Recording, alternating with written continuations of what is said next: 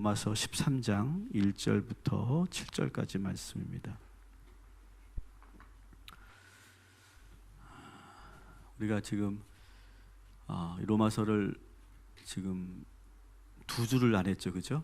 두 주를 안 했기 때문에 여러분들은 100% 다 잊어먹었을 것이고 아무 생각이 없으실 겁니다. 그래도 괜찮습니다. 그런 것 같아요. 우리가 밥을 먹잖아요. 밥을 먹었는데 그 밥을 먹은 내용물이 그대로 있으면 그건 소화가 안 된 거죠. 그러니까 여러분의 머리에는 없어도 여러분의 몸에 있고 여러분의 삶에서 그게 복음으로 나타나고 있는 줄 믿습니다. 여러분들 이렇게 위로해 주는 말을 해도 아멘을 크게 안 하시고 믿습니다. 네.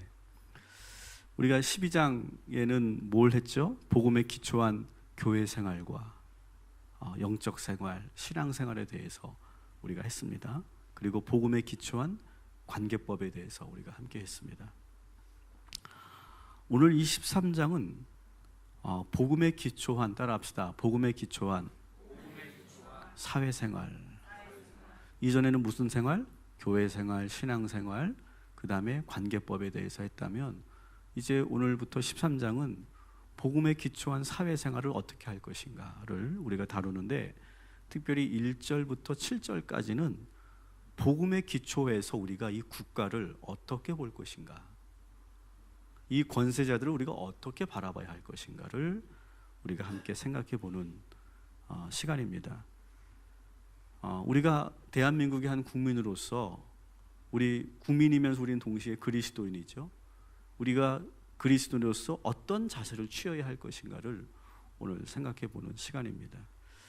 그 권세자들을 우리는 어떻게 대해야 할 것인가에 대해서 사도 바울이 오늘 우리들에게 말씀하고 있는데, 오늘 전 대통령 1차 판결이 났죠, 그죠?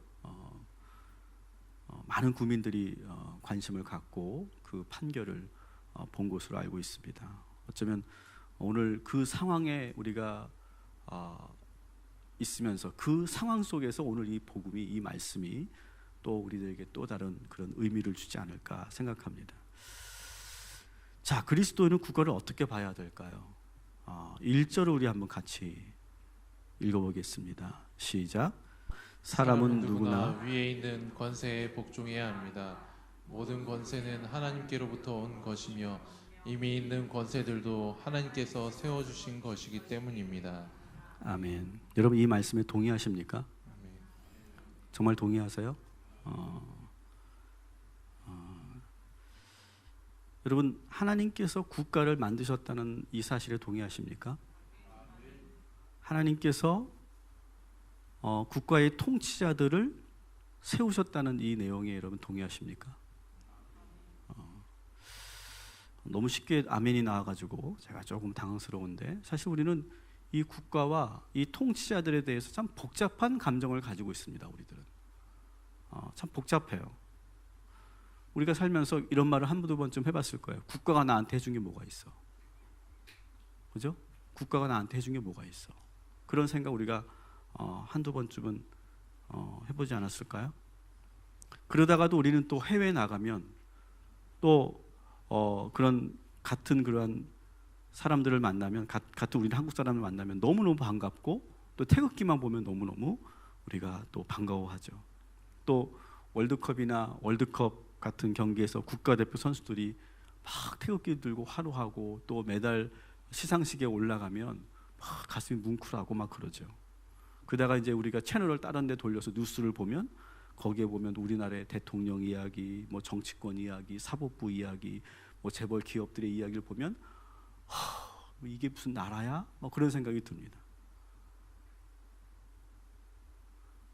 그러다가도 우리가 또 이제 제가 실제로 경험해 보니까 막 그러다가도 교회에 가끔 국회의원들이 오시면 제가 어떻게 대할까요? 오셨냐고. 또 저도 모르게 또 이게 나도 또 모르게 이렇게 또 고개를 탁 뭐 이렇게 굴욕적으로 숙이는 아니지만 내가 아주 친절하게 또 그분을 맞이하더라고요, 제가. 그러면서도 그러다가 다시 우리가 이 국가에 대해 생각하면 아주 복잡해요. 우리의 감정들이.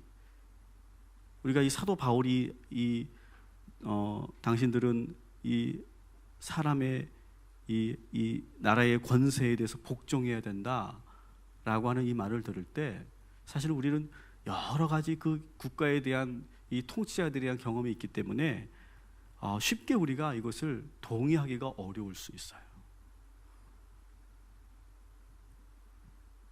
하지만 우리가 여기서 분명하게 우리가 정립해야 될 것이 있어요. 그것은 뭐냐? 여러분, 국가는 하나님이 만드신 줄 믿으시기 바랍니다. 이걸 우리가 분명히 해야 돼요.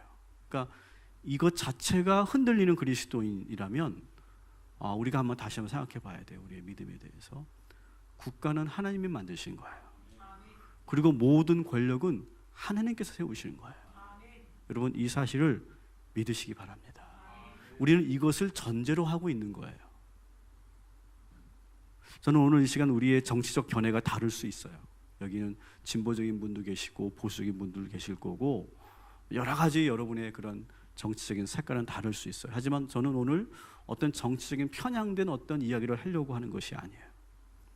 국가에 대한 생각이 다를 수 있어요. 그러나 우리가 분명하게 가져야 될 기본적인 태도는 국가는 하나님이 만드셨다. 그리고 모든 권력은 하나님을 통해서 나온다. 이것을 우리가 기억해야 돼요. 근데 여러분, 이게 사실 사도 바울의 그 시대로 본다면 이게 쉬운 이야기가 아니에요. 여러분, 그 당시 그리스도인들은 누구의 지배 아래 살았습니까? 로마의 지배 아래 살았거든요. 그러면 이게 좀 문제가 좀 달라지지 않습니까? 여러분, 로마가 어떤 나라입니까? 예수님을 처형하는데 아주 중요한 그런 결정을 내리는데 빌라도 총독이 일을 했단 말이죠. 그리고 로마 군인들이 예수님을 못 박았어요, 실제로. 그리고 그리스도인들을, 교회를 엄청나게 핍박했던 나라가 로마예요.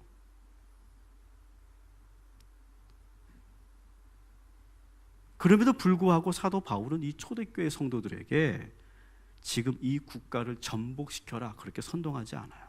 새 국가를 만들어야 된다 그렇게 말하지 않아요. 오히려 더 잘 복종해라 이렇게 권면하고 있단 말이죠. 여기서 우리가 좀 딜레마에 빠지지 않습니까? 아무리 부패한 국가 권력이라 할지라도 이렇게 침묵하고 복종만 하라는 거냐, 이런 그런 의문이 들지 않습니까?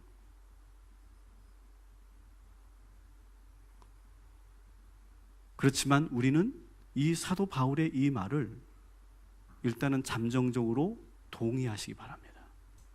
여러분, 모든 권세에, 모든 국가에 복종하시기를 주님의 이름으로 축원합니다. 이게 왜 필요할까요? 아까 우리가 국가는 하나님이 만드셨다라고 하는 그런 신학적인 전제에 의해서 이것이 필요한 거고요. 또 하나 우리가 중요한 것은 뭐냐? 여러분, 질서에 복종하는 거, 이것은 우리가 이 세상을 살아가는데, 이 공동체가 유지되는데 아주 중요한 현명한 방법 중에 하나죠. 여러분, 우리 사회는 법치주의 사회라고 그래요. 법치주의 사회. 법치주의가 뭡니까? 법에 따라 우리 모든 국민이 지배받는다라고 하는 거예요.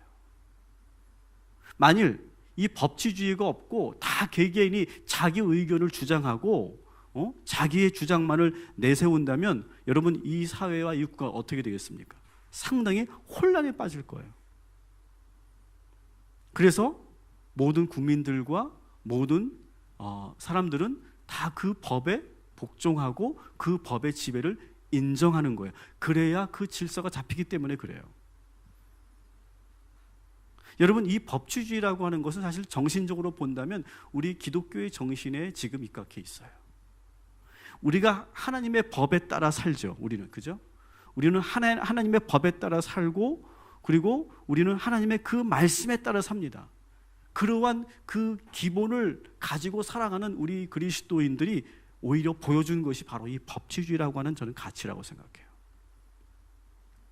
여러분, 우리가 살고 있는 이 국가의 질서와 법을 잘 따르는 것이 우리 그리스도인의 자세인 줄 믿으시기 바랍니다.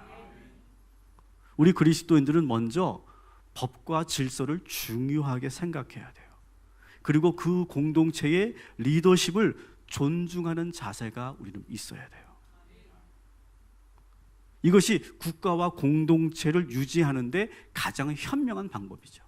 여러분, 교회도 마찬가지예요. 교회도 이런 거예요. 우리가 모두가 다 평등합니다. 사실은요. 그죠? 우리 존재 개별적으로 다 존재가 다 평등한 존재예요. 그런데 우리는 이 교회를 유지하는 데 있어서 어떻게 합니까?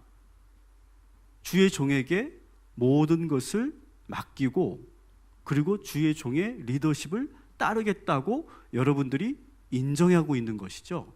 그죠? 그런 질서가 있는 것이죠. 그런 질서가 있기 때문에 교회가 유지되는 거고 여러분 이 조직이 운영되는 거죠.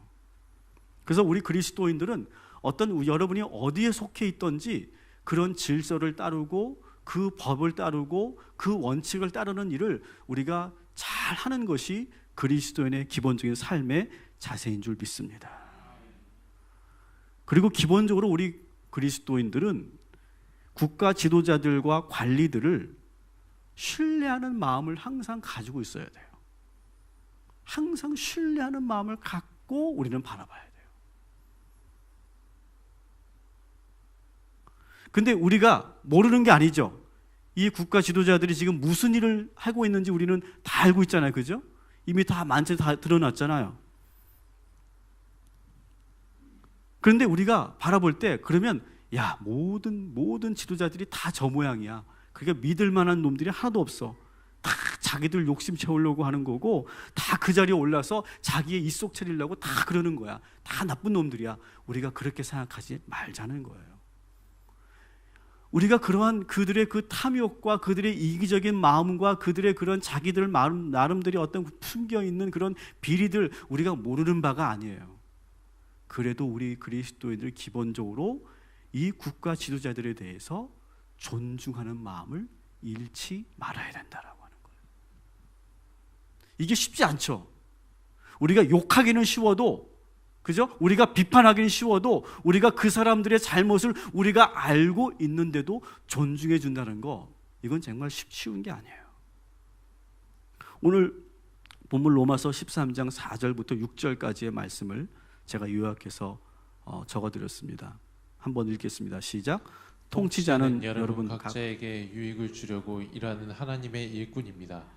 그는 하나님의 일꾼으로서 나쁜 일을 하는 자에게 하나님의 진노를 집행하는 사람입니다.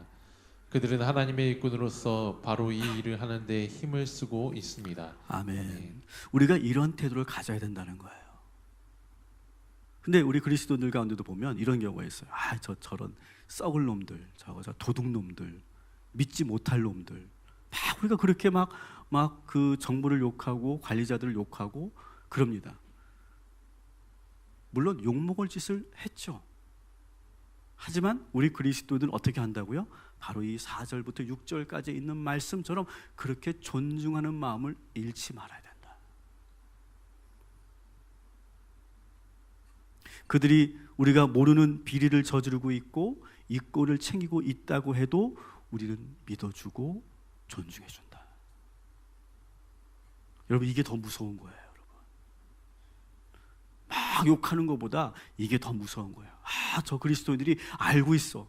우리의 잘못을 알고 있어. 그런데 말하지 않고 존중해주고 있는 거예요. 왜 우리는 존중할까요? 하나님께서 반드시 심판하실 거기 때문에. 우리는 그걸 믿기 때문에 그런 거예요. 하나님께서 심판하실 거예요. 그리고 우리 국가의 사법 시스템이 모든 것을 밝히고 드러내 줄 거예요. 우리는 그것을 믿고 있는 거예요. 그래서 우리는 끝까지 그들을 존중하고 믿어주는 것이 우리들의 모습이에요. 여러분, 어떤 사람을 볼 때 절대 악으로 보는 건 성경적이지 않습니다. 무슨 말입니까? 어떤 아주 정치인들 가운데 많은 비리를 저지른 사람이 있다고 쳐봅시다. 근데 우리는 막 이 사람을 아주 악한 인간으로, 막 절대 악으로 그렇게 보는 것이 절대 우리들에게 도움이 되지 않아요. 여러분, 그들도 어쩌면 우리랑 똑같은 사람도 아니겠어요? 사실 우리도 그 자리에 오르면 우리도 장담할 수 없는 거 아니겠어요? 저는 오늘부터 저는 이 판결이 났는데 1차 판결이 났는데 오늘부터 저는 그분을 위해 기도하고 싶어요. 우리는 또 기도해 줘야 된다고 생각해요. 24년, 25년을 이제 그 차가운 감옥에서 지내면서 그러면서 거기서 많은 그런 시간들을 보내는 그의 삶을 한번 우리가 상상만 해도 참 고통스럽겠다 생각이 들지 않습니까? 우리가 법적으로 용서할 수는 없지만 우리가 그를 빨리 석방시켜달라고 말할 수는 없지만 우리가 기도해 줄 수는 있다고 생각해요. 그러니까 우리가 누군가를 볼 때, 사람을 볼 때 절대 악으로 보면 안 된다는 거예요. 우리가 기도해 주고 믿어 주고 기다려 주는 것이 우리 그리스도인들이 취해야 될 자세라고 하는 것을 여러분 잊지 마시기 바랍니다. 그렇다면 우리는 무조건 그럼 복종해야 되는가? 이 부분을 이제는 좀 우리가 말하려고 해요. 여러분, 기독교는 불의한 국가 권력 앞에서 늘 침묵만 하고 복종만 해야 될까요? 오늘 본문들을 보면 정말 그래야만 될 것 같이 말하고 있어요. 사도 바울이 13장 2절도 한번 우리 같이 읽어보겠습니다. 시작. 그러므로 권세를 거역하는 사람은 하나님의 명을 거역하는 것이요 거역하는 사람은 심판을 받게 될 것입니다. 아멘. 상당히 제가 보기에는 보수적인 입장이죠. 사도 바울이요. 상당히 보수적인 입장입니다. 제가 아마 청년 때 이 사도 바울의 말씀을 읽었다면 막 제가 비판했을 것 같아요. 여러분, 더구나 이 로마에 살면서 로마 황제 밑에서 살면서 어떻게 이렇게 보수적인 입장을 취할 수 있을까요, 여러분? 여러분, 여기서 말하는 권세자는 누굽니까? 그 당시에 로마에 칼리큘라라고 하는 그런 황제, 칼리큘라 황제, 여러분 아시죠? 또 글라우디우스 황제, 또 네로 황제, 이런 사람들이거든요. 지금 그 당시 신약 성경에서 그 황제로 있었던 사람들이 바로 그런 사람들이에요. 얼마나 악한 왕입니까? 그냥 그리스도인들에게만 핍박하고 그런 정도가 아니에요. 정말 악한 왕들이거든요. 근데 그 왕들, 그 권세자들 앞에서 사도 바울의 이 보수적인 태도를 우리는 어떻게 봐야 되느냐? 여러분, 우리가 살고 있는 이 시대에도 우리가 도무지 복종할 수 없는 통치자들이 있지 않았습니까? 우리는 그런 통치자들에게, 국가에게 복종해야 될까? 오늘 7절 말씀에 저는 단서가 있다고 생각합니다. 7절 말씀 우리가 같이 한번 읽어보겠습니다. 시작. 여러분은 모든 사람에게 의무를 다하십시오. 조세를 바쳐야 할 이에게는 조세를 바치고 관세를 바쳐야 할 이에게는 관세를 바치고 두려워해야 할 이는 두려워하고 존경해야 할 이는 존경하십시오. 아멘. 자, 결국 복종이라고 하는 말은 뭐냐? 다시 우리식으로 말하면 국민으로서 의무를 다해라 라고 하는 거예요. 본문에서 말하는 국민의 의무는 여기는 뭐만 나와 있어요? 조세의 의무만 나와 있어요. 그렇죠? 조세의 의무. 아마 고대 사회이기 때문에 그렇지만 우리나라 헌법으로 본다면 우리 국민에게 여러 가지 의무가 있잖아요. 그 의무를 다해라. 그게 복종이에요. 여기서 말하는. 그러면서 우리는 늘 권위자들을 오늘 표현 그대로 보면 두려워하고 존경하는 마음을 국민들은 가져야 된다. 여러분, 만일 여러분이 지지하지 않는 대통령이 여러분 앞에 왔다고 생각해 보세요. 우리 교회 왔다고 생각해 봐. 안 올 리는 없지만 사실은 왔다고 생각해 봐. 그러면 여러분이 지지하지 않는 사람이 아주 내가 미워하는 정당이고 내가 정말 싫어하는 그런 사람이 왔어. 대통령이라고. 어떻게 될까, 여러분? 막 무례하게 대하는 것이 정일까요? 그렇지 않다는 거죠. 우리 그리스도인들은 어떠한 통치자, 어떤 권세자가 오더라도 우리가 존중해주고 그리고 존경하는 마음을 기본적으로 가져야 된다.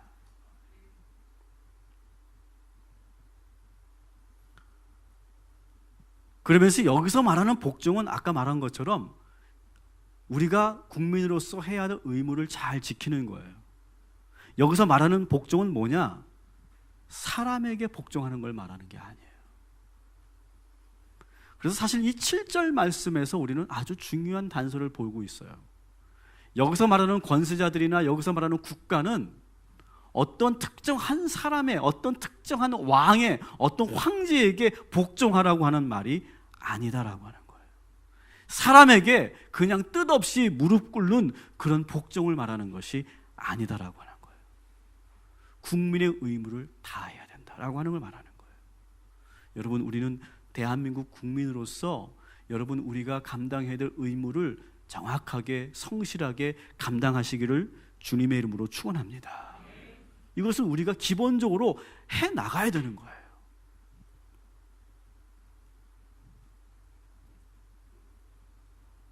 그러면서 성경에서 말하는 복종은 사람에게 복종하는 것이 아니에요. 여러분, 그 당시 그 로마 시대에 여러분 그 당시에는 어떻습니까? 국가가 곧 황제고 왕이었어요. 왕 자체가 나라였어요. 국가였어요. 루이 14세가 유명한 말을 했죠. 짐은 곧 국가다. 그런 말을 했잖아요. 왕 자체가 국가라고 생각했을 때가 있었어요. 그리고 왕은 신적인 존재라고 생각했어요. 그래서 왕을 그 당시에는 신격화하고 절대화하는 것이 국가에 복종하는 거라고 생각했었어요. 그러나 여러분, 복음에 기초한 초대교회 성도들, 이 그리스도인들은 어떻게 했냐? 그 당시로서는 아주 급진적인 입장을 취하고 있는 거예요. 뭐예요? 사람에게는 복종하지 않겠다라고 하는 거예요. 그는 신이 아니다라고 하는 거예요. 우리의 진정한 왕은 누구입니까? 오직 하나님이심을 믿으시기 바랍니다. 그래서 왕과 국가를 분리하는 거예요. 우리 그리스도인은. 그 당시는 왕과 국가를 일치시켰어요. 근데 그리스도인은 왕과 국가를 분리시키고 우리는 어디에 의무를 다하는 거예요? 그 국가의 의무를 다하는 거예요. 그 왕은 여전히 사람일 뿐이에요.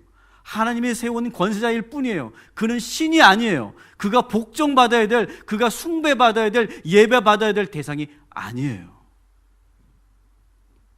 여러분, 그 당시 로마 시민들은, 로마 국민들은 황제를 뭐라고 불렀습니까? 황제를 뭐라고 불렀습니까? 로드라고 불렀어요. 로드. 주님이라고 불렀어요. 주님. 여러분, 우리가 예수님을 뭐라고 부르죠? 로드라고 부르죠. 그죠? 우리가 주님이라고 부르는데 사실은요, 그 당시에 황제를 부르는 칭호였어요. 그래서 많은 로마 국민들은 황제를 바라보면서 로드라고 불렀단 말이에요. 신이라고 불렀단 말이에요. 주님이라고 불렀단 말이에요. 근데 우리 그리스도는 어떻게 했어요? 황제에게 로드라고 부르지 않는 거예요. 분명하게 분리하는 거예요. 존중하겠지만 분리하는 거예요. 그는 인간일 뿐이에요. 우리의 주님은 오직 예수 그리스도일 뿐이에요. 그래서 저는 그 당시 그리스도인들이 아주 상당히 수준 높은 정치적 입장을 가지고 있었다고 봐요.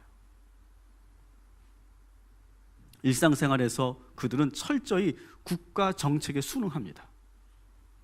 의무를 다합니다. 세금도 잘 냅니다. 국가와 대립하거나 과격하게 반란을 일으키지도 않습니다. 그러나 황제는 신이 아니에요. 이게 분명한 거예요. 황제는 우리의 로드가 아니에요. 그 7절 말씀에 이런 말씀이 있죠. 따라합시다. 존경할 만한 사람을 존경해야 합니다. 존경할 만할 때 우리는 존경하겠다. 그러나 그도 신이 아니다. 로드가 아니다. 우리 그리스도인들은 복음의 기초에서 다양한 그런 방법들로 우리가 잘못된 국가에 대해서 우리가 저항할 수 있어요.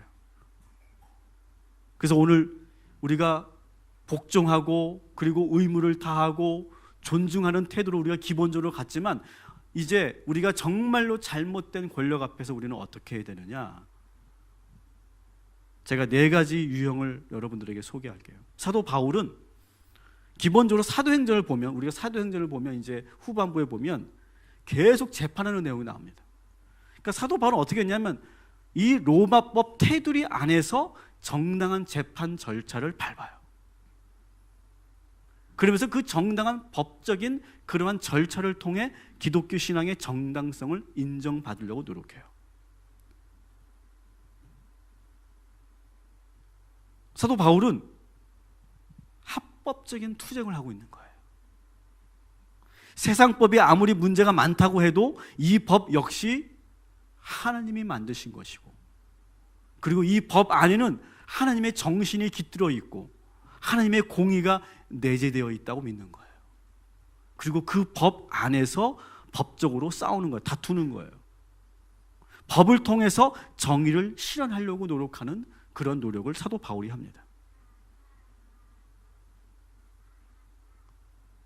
사랑하는 성도 여러분, 다시 말씀드립니다. 우리는 법치주의의 그런 삶을 살아야 됩니다. 근데 이것은 복음에 기초한 사회생활임을 여러분 잊지 마시기 바랍니다. 우리는 법을 잘 지키는 사람이 돼야 돼요.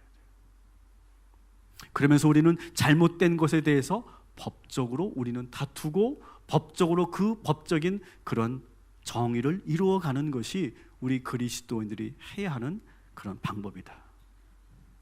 두 번째는 이 유대 종교 지도자들이 그리스도의 부활을 증거하지 말라고 베드로에게 막 회유를 하고 협박을 합니다. 그랬더니 이 베드로가 사도행전 5장 29절에 뭐라고 얘기합니까? 같이 한번 읽어볼게요. 시작. 베드로와 사도들이 대답하여 이르되 사람보다 하나님께 순종하는 것이 마땅하니라. 아멘. 자, 우리 그리스도인들이 갖고 가져야 될 두 번째 태도는 뭐냐?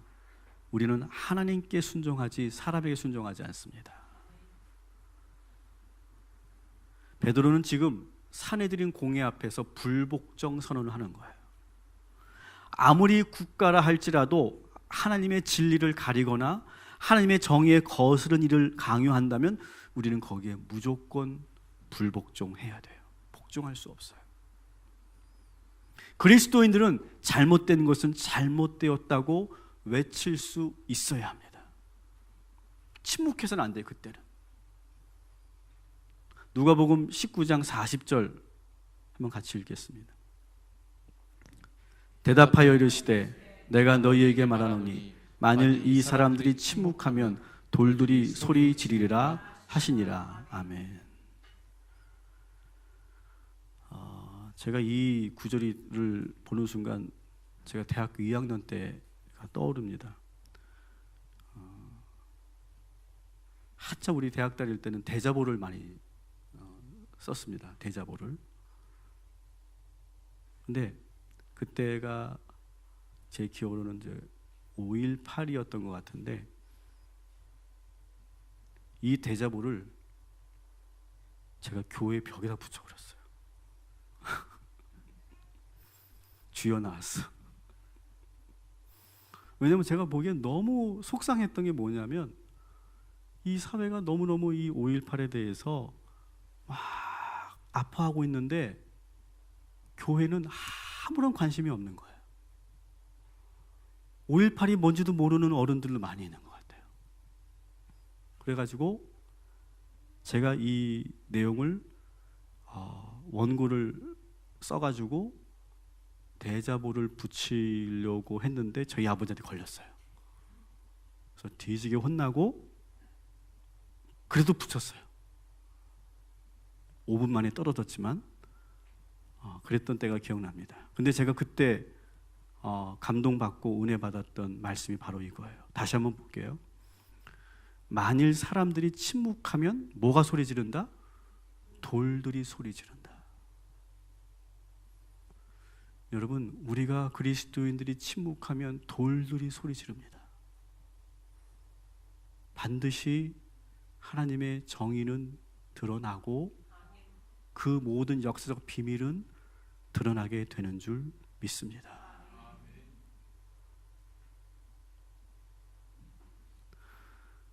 또 이렇게 성경에 보면 이렇게 저항한 사람들도 있었어요. 다니엘과 세 친구들이 있죠. 이 다니엘과 세 친구들은 바벨론 왕이 자신을 지금 신격화합니다. 그 당시 모든 고대 왕들은 다 자신을 신으로 숭배하게 했잖아요. 그래서 자신을 왕이 자신을 신으로 여기면서 절하라고 할 때 이 다니엘과 세 친구는 복종하지 않습니다. 그리고 하나님께 기도하는 시간을 절대로 빼앗기지 않습니다. 그래서 그 불복종의 대가로 엄청난 처벌을 받게 되죠. 사자굴에 들어가기도 하고 그리고 뜨거운 기름솥에 들어가기도 합니다. 근데 여기서 우리가 봐야 될 것은 이 네 친구의 저항은 느부갓네살 왕을 감동시켰다는 거예요. 왜냐하면 그는 왕을 공격하지 않았어요. 왕을 인신공격하거나 왕을 비난하지 않았어요. 그는 오히려 뭐만 했어요? 하나님의 능력을 그대로 나타낼 뿐이에요. 그랬더니 오히려 이 왕이 이 다니엘과 그 친구들을 바벨론의 중요한 그러한 인재로 등용시키죠. 여러분, 우리가 누군가를 비난하고 우리가 공격하고 어떤 그런 그 사람을 우리가 비인격적으로 우리가 대하는 것이 아니라 우리는 잘못된 것이 있을 때 하나님의 능력을 나타내면 되고 주의 복음을 전하기만 하면 되는 줄 믿습니다. 우리의 저항은 바로 그런 식의 저항이에요. 그렇게 해도 얼마든지 하나님께서 우리를 들어 쓰실 줄 믿습니다. 네 번째로 저항하는 방법은 뭐가 있었냐면, 여러분, 애굽의 바로 왕이 히브리의 모든 사내 아이를 다 죽이라고 했을 때 히브리 산파들이 어떻게 했습니까? 히브리 산파들이 복종하지 않고 남모르게 은밀하게 모세라고 하는 아기를 살려줘요. 여러분, 이것도 우리 그리스도인들이 가져야 될 그런 저항의 방법 중에 하나죠. 오른손이 하는 일을 왼손이 모르게 하는 선행을 하는 것처럼 우리가 소리내지 않고 드러내지 않고도 세상의 불의함에 얼마든지 우리는 고쳐나갈 수 있어요. 저는 우리 교회가 이런 방법으로 이 세상의 잘못된 것을 서서히 바꾸어가는 그런 교회가 되길 소망합니다. 막 우리가 막 머리띠 들고 막 우리가 막 화염병 들고 막 돌 던지면서 막 그냥 쇠팔 불고서 막 같이 대치하고 싸우는 그런 투쟁이 아니라 성경에 나오는 이러한 저항의 방법들로 잘못된 것은 분명하게 말하고, 그렇지만 우리가 국가 앞에서 우리가 의무를 다하고 그리고 더 존중하는 그런 마음을, 자세를 우리가 갖게 되기를 주님의 이름으로 축원합니다. 말씀을 정리합니다. 어쩌면 오늘의 말씀은 여러분의 어떤 개인적인 영성 생활과 오늘 기도의 제목과는 직접 연결되지 않을지도 모르겠어요. 하지만 저는 너무 중요한 거라고 생각해요. 여러분, 하나님께서 국가를 만드신 줄 믿습니다. 하나님께서 지금 권세자들을 세워주신 줄 믿습니다. 그렇기 때문에 우리는 국가를 전복시키거나 해체하는 무정부주의와 달라요. 우리는 주신 말씀처럼 국가를 기본적으로 긍정적으로 볼 필요가 있어요. 그리고 우리는 통치자들을 신뢰해야 돼요. 존중해 줘야 돼요.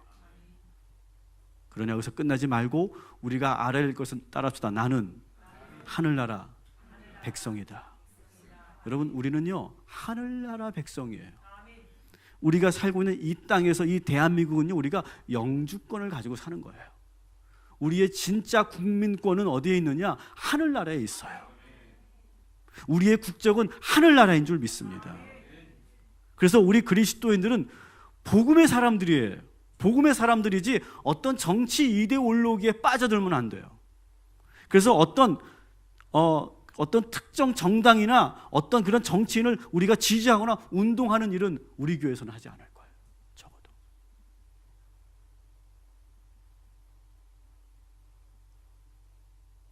왜냐하면 국가나 권력은 언제든지 변할 수 있기 때문에 그래요. 영원하지 않고 완벽하지 않아요. 어느 정권, 어느 통치자든지 우리는 존중을 하겠지만 그들을 무조건 맹종하지는 않겠어요. 만일 국가나 정부가 잘못된 방향으로 간다면 우리는 그때부터 기도로 시작할 거예요. 기도하면서 우리는 준비할 거고, 기도하면서 하나님이 가르쳐 주신 방법대로 이 나라와 이 사회를 위해서 우리는 움직일 거예요.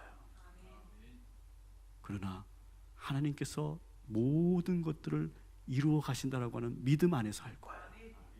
그런 믿음이 없으면 점점 과격해지는 거예요. 그런 믿음이 없으면 자꾸 인간적인 생각이 들어가는 거예요. 우리는 하나님께서 이 나라를 지금도 주도하고 계시고 지금도 역사하고 계심을 믿습니다. 사랑하는 성도 여러분, 오늘 역사적으로 아주 슬픈 날이고 우리 국가에서는 너무나 중요한 그런 역사적 사건이 있었던 날입니다. 다시는 그런 일이 일어나지 않도록 우리 그리스도인들이 깨어있고 우리 그리스도인들이 두 눈을 부릅뜨고 감시하고 우리 그리스도인들이 더욱더 이 나라를 위해서 애착을 갖고 그리고 우리의 의무를 다하고 그 법을 잘 지키는, 그래서 준법하면서도 우리가 정의를 이루어가는 우리 동탄 꿈의 교회 성도님들 되시기를 주님의 이름으로 축원합니다.